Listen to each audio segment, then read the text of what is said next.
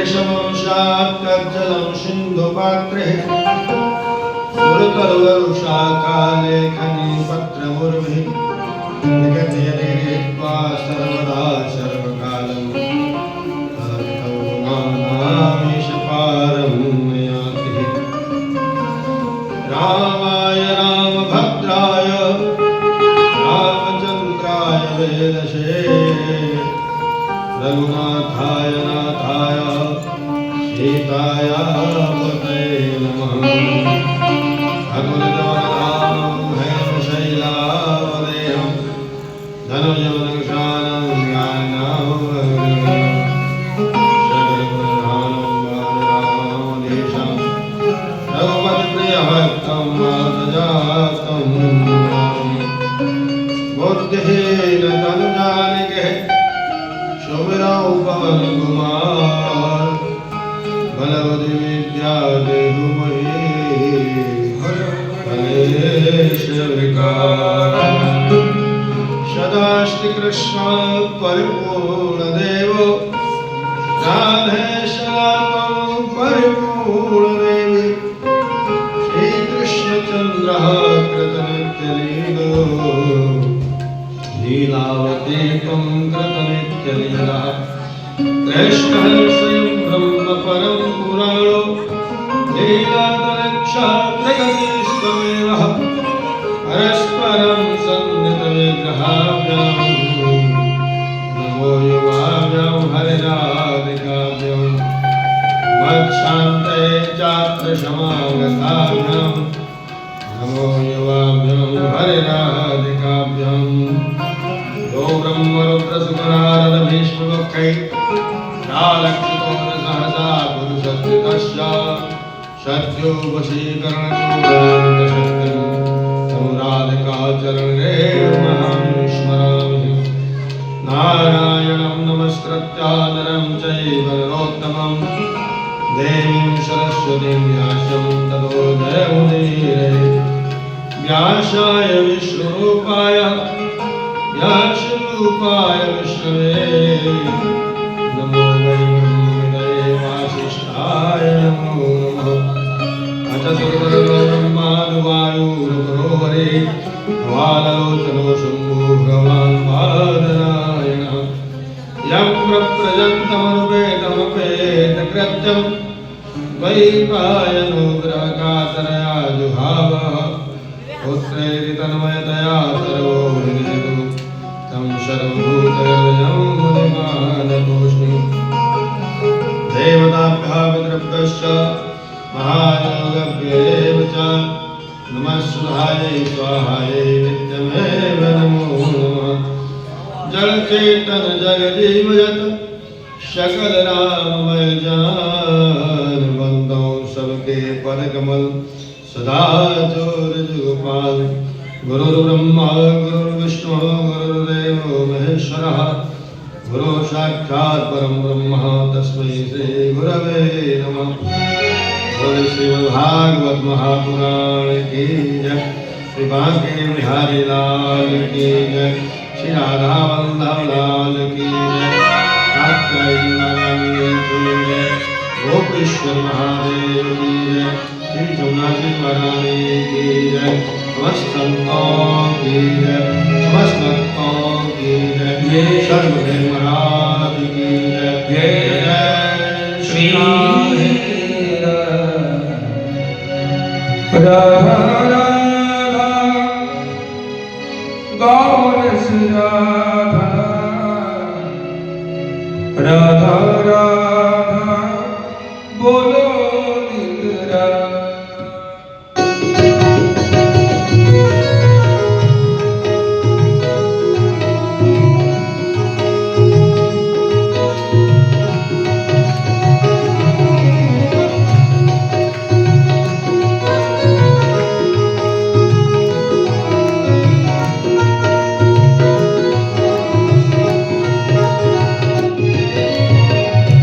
राधा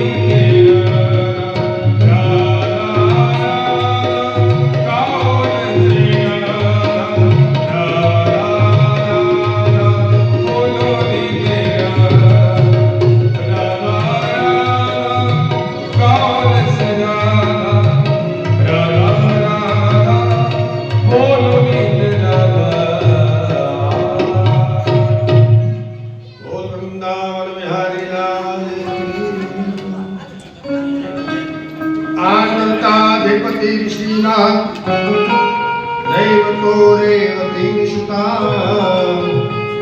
ब्रह्मणा चोदितः प्राणात् बलाये देत कुरुदिपा। आनंद देश के राजा थे रैवत, उनकी एक पुत्री थी जिसका नाम था रेवती। एक बार वो अपनी पुत्री को लेकर के ब्रह्मलोक गए और उस समय ब्रह्मा के यहाँ गायन वादित्र चल रहा था। इंतजार करते हुए जब गायन वादित्र खत्म हुआ तो वो ब्रह्मा जी के पास गए और कहने लगे, प्रभु मेरी पुत्री के लिए कोई योग्य वर बताओ। ब्रह्मा जी बोले, आप जितनी देर यहाँ खड़े रहे इतनी देर में 27 चतुर्युगी व्यतीत हो गई। तुम्हारे समय का कोई भी राजा संसार में नहीं है। इस समय यदुवंश में बलराम जी शेष के अंश से उत्पन्न हुए हैं। आप अपनी कन्या का विवाह बलराम जी के साथ करें। उन्होंने आकर के बलराम जी को अपनी कन्या प्रदान की रेवती। सुखदेव जी कहने लगे, राजन भगवान का रुक्मिणी के साथ विवाह हुआ, आनंद पूर्वक द्वारका में निवास कर रहे थे। समय आने पर भगवान के रुक्मिणी से एक पुत्र उत्पन्न हुआ, लेकिन वह सूत का ग्रह से ही उस बालक को संबरासुर नाम का राक्षस लेके चला और उस बालक को उसने समुद्र में डाल दिया। समुद्र में एक मछली मत्स्य उस बालक को निगल गया। दैवी योग से मछली पकड़ने वाले जब उसको लेके गए, मछली पकड़ करके लाए, संबरासुर राजा के यहाँ दिया, तो संबरासुर के यहाँ कामदेव की पत्नी भगवान शंकर के कहने से निवास करती थी, मायावती। मायावती नाम रखा उसे, क्योंकि जब कामदेव को भगवान शंकर ने भस्म कर दिया तब उसकी पत्नी ने प्रार्थना की, प्रभु अब आज से कामदेव अपने बिना स्वरूप के रहेगा, आप मेरे ऊपर कृपा करके इसके शाप का निवारण करिए। तो भगवान ने कहा, तुम्हारा ये पति कृष्ण अवतार में और श्री कृष्ण के यहाँ पुत्र रूप में उत्पन्न होगा। संबरासुर के यहाँ जाकर के तुम रहो, वहां उसकी प्राप्ति होगी तुम्हें। तब जब उस बात मछली को ला करके जब संबरासुर के यहाँ दिया तो रसोई में वह निवास कर रही थी, रसोई में काम करती थी। उसने उस मत्स्य को जैसे ही उसके पेट को बीच में से चीरा, उसमें से एक बालक निकला। दिव्य स्वरूप धारण किया हुआ बालक, उसने उस बालक को अपने पास रख लिया, उसका लालन पालन करने लगी। समय आने पर उसको पता चला कि यही मेरी पत्नी है। उन्होंने मायावती नाम की एक विद्या उनको सिखाई और उन्होंने संबरासुर का वध किया। इधर जब उस बालक को लेकर के और वह संबरासुर चला गया तो माता बहुत दुखी रहती थी रुक्मिणी। एक दिन नारद जी घूमते घूमते वहां पहुंचे, उन्होंने कहा तुम दुखी मत हो, समय आने पर तुम्हारा पुत्र तुम्हें प्राप्त होगा। उस ब्रह्मास्त्र को मार करके वह मायावती और प्रद्युम्न दोनों ही द्वारका में प्रवेश किया। जैसे द्वारका में प्रवेश किया तो द्वारकावासी सोचने लगे, ये दूसरा कृष्ण का स्वरूप धारण किए वो कौन आ गया। उसी समय नारद जी ने आकर के सबको बताया, यह प्रद्युम्न है, कृष्ण का पुत्र है और इस तरह से संबरासुर इसका हरण करके ले गया था।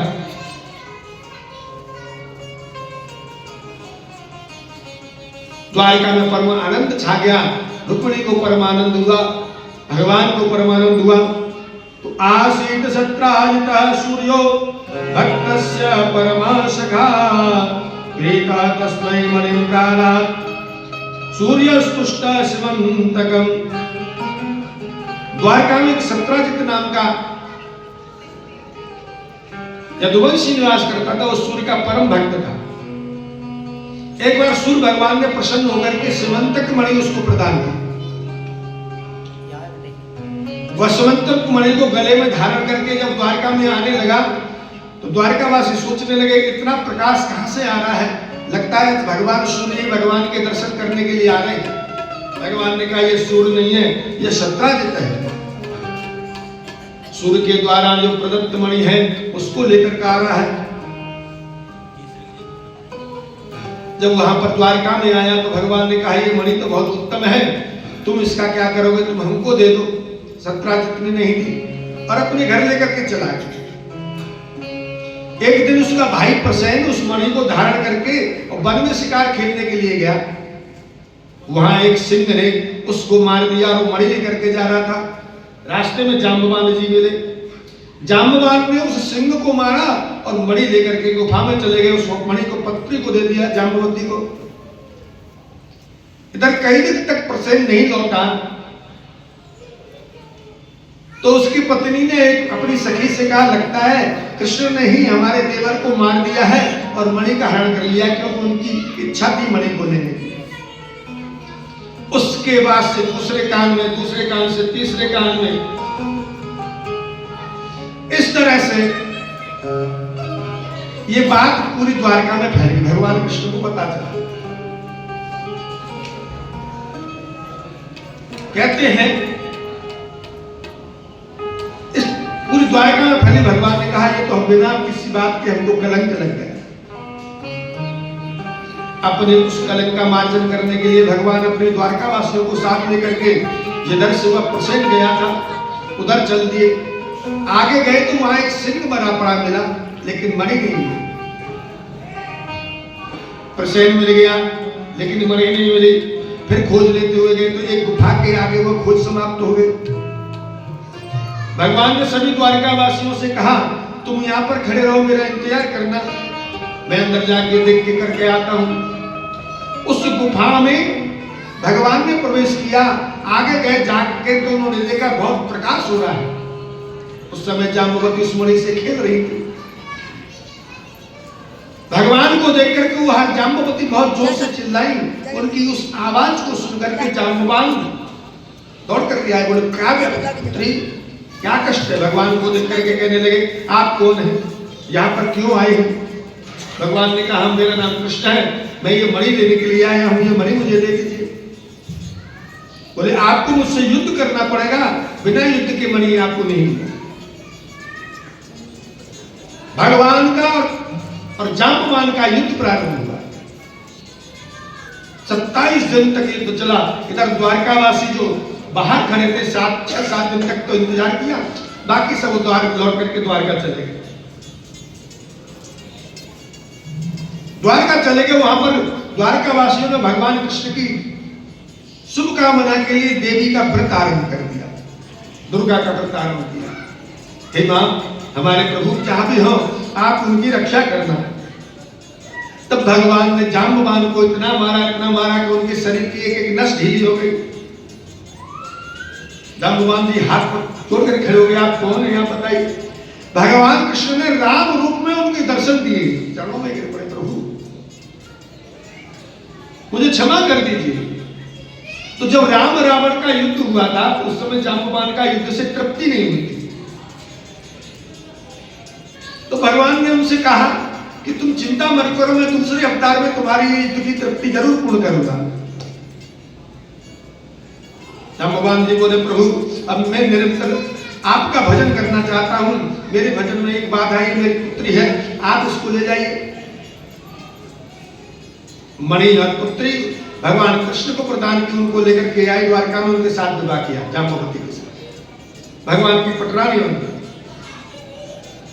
एक शत्रुघ्न नाम का यदुवंशी द्वारका में प्रवेश रहता था।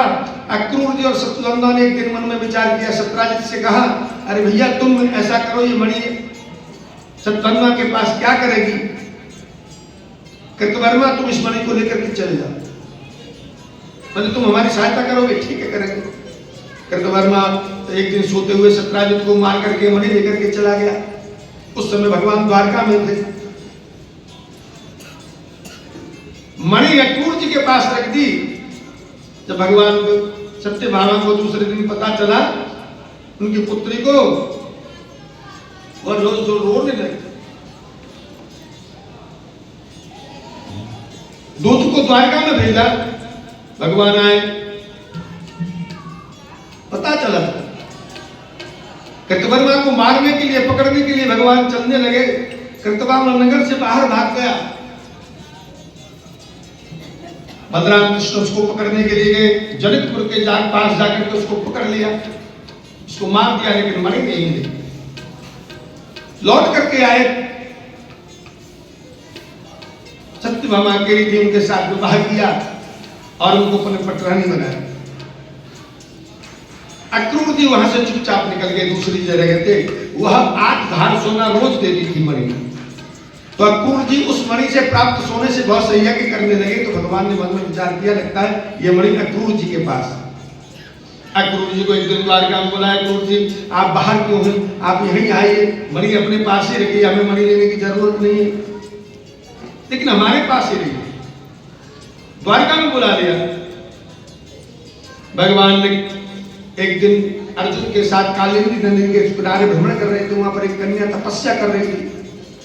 उनका अर्जुन जाकर के से पूछे ये कौन है। कन्या से पूछा, कन्या कहने लगी मैं सूर्य की पुत्री कालिंदी हूं, भगवान को पति रूप में प्राप्त करने के लिए यहां तपस्या कर रही हूं। भगवान ने कालिंदी के साथ विवाह किया।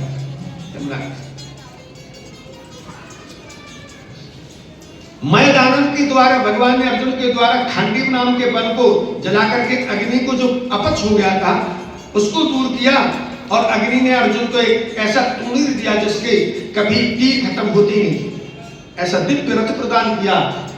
मय दानव उस खांडीव वन में जल रहा था, अर्जुन ने उसकी पार्जन्य अस्त्र से वर्षा करा करके रक्षा की। तब उसने सुधन्वा नाम की एक मय नाम दानव ने सभा बना करके उसको दी अर्जुन को। उसी में तो दुर्योधन के द्वारा फिसल जाने से यह महाभारत का प्रारंभ हुआ।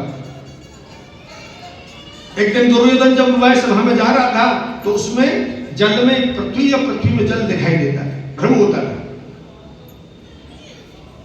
पृथ्वी समझ करके जब जल में वह चलने आगे निकला, फिसल गया। द्रौपदी जी वहां बैठी थी, उन्होंने भगवान की प्रेरणा से एक शब्द बोलिया, बोले अंधन के अंधन हो। तो देखिए कटु वचन कभी किसी को नहीं बोलना चाहिए। वो जो कटु वचन था, उस कटु वचन से महाभारत की रचना हुई।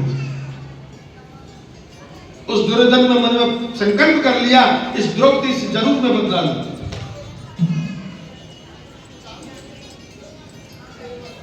ये राजन एक उज्जैन के राजा थे, उनकी पुत्री थी मित्रविंदा। उसके स्वयंवर में उसको लाकर के उसके साथ विवाह किया। नागनेर जात नाम के राजा थे, उनके यहाँ 7 बैल रहते थे, और उन्होंने ये ढिढोरा पिटवा दिया था कि जो कोई भी इन 7 बैलों को एक साथ नाथ देगा उसके साथ में अपनी पुत्री का विवाह करूंगा। बहुत से राजकुमार आते, वो भी निन्नाथ पाता, उनको लाकर के जेल में डाल देते। एक दिन नारद जी उनके यहाँ पधारे। नारद जी ने भगवान के गुणों की प्रशंसा की। नारद जी ने मन ही मन में भगवान से प्रार्थना की, प्रभु आप ही मेरा वर्ण कर सकते हैं। अर्जुन के साथ भगवान और नग्नजित राजा के यहां पहुंचे।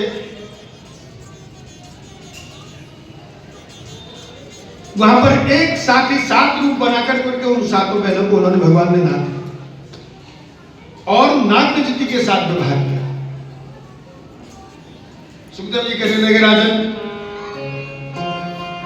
कैकेयीं भ्रातृभिर्दत्तां कृष्णा संतन राज्य मध्य देश के राजा थे, उनकी पुत्री थी लक्ष्मणा। उस लक्ष्मणा को स्वयंवर में उन्होंने वर्ण किया। एक दिन नारद जी घूमते घूमते आए, उन्होंने स्वर्ग का जो वृक्ष था कल्प वृक्ष पारिजात, उसका एक पुष्प भगवान को दिया। भगवान ने वह पुष्प सत्यभामा को दे दिया। बोले प्रभु इस पुष्प से क्या होता है, हाँ ऐसी कृपा करोगे हमको यह वृक्ष ही मिल जाए। भगवान सत्यभामा को 7 गरुड़ पर बिठा करके लिए और स्वर्ग में गए।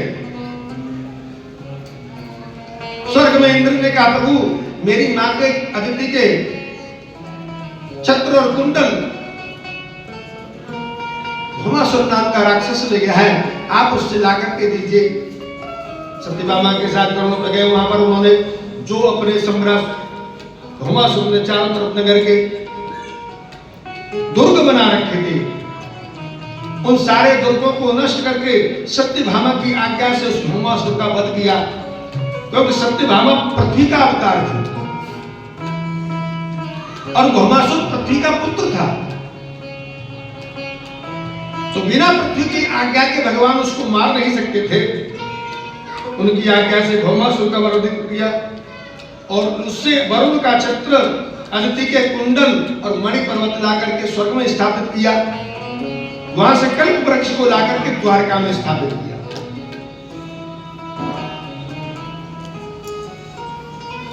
सुखदेव जी कहने लगे, राजन,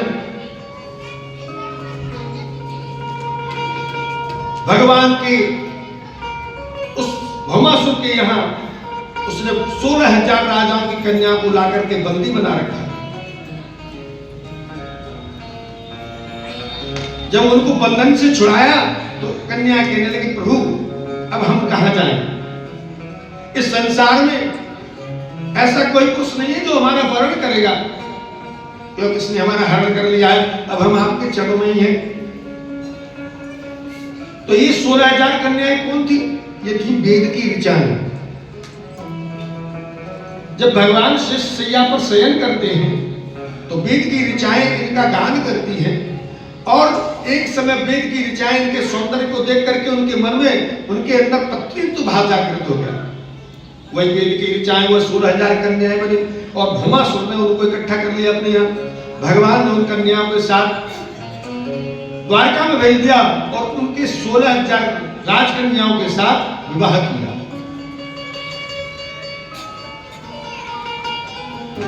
अनेक पुत्र उत्पन्न हुए, अनेक पुत्रियां उत्पन्न हुई, अनेक आचार्य उनके पढ़ाने के लिए वहां रहते थे। एक बाणासुर नाम का भगवान शिव का भक्त था, उसकी पुत्री थी उषा। एक दिन उसने अनिरुद्ध को सपने में देखा। दूसरे दिन प्रातःकाल अपनी सखी चित्रलेखा से कहा, मैंने आज एक ऐसे सुंदर पुरुष को देखा है जो कभी मैंने देखा नहीं। चित्रलेखा समस्त देवताओं के, समस्त मनुष्यों के चित्र बनाना जानती थी। उसने देवताओं के चित्र बनाए, बोले ये नहीं है। संसार में जितने भी श्रेष्ठ पुरुष थे उनके चित्र बनाए, वंशियों के बनाए, अमृत का जैसे बना, बोले यही पुरुष है। तो चित्रलेखा उसके मंत्री कुम्भांड की पुत्री थी और माया से युक्त थी। अपनी माया से वह द्वारका में आई और पलंग के सहित उस अनिरुद्ध को लेकर के कुम्भांड के नगर में पहुंच गई। बाणः पुत्र सतज्येष्ठो बलेरासी महात्मना येन वामन रूपाय नेदादमेदिनी। एक दिन भगवान बैठे हुए थे द्वारका में, उसी समय नारद जी आए। उनकी आवगत की सब बोले, आपके यहाँ सब सकुशल है? भगवान कहने लगे सब सकुशल है। बोले अनिरुद्ध कहाँ है?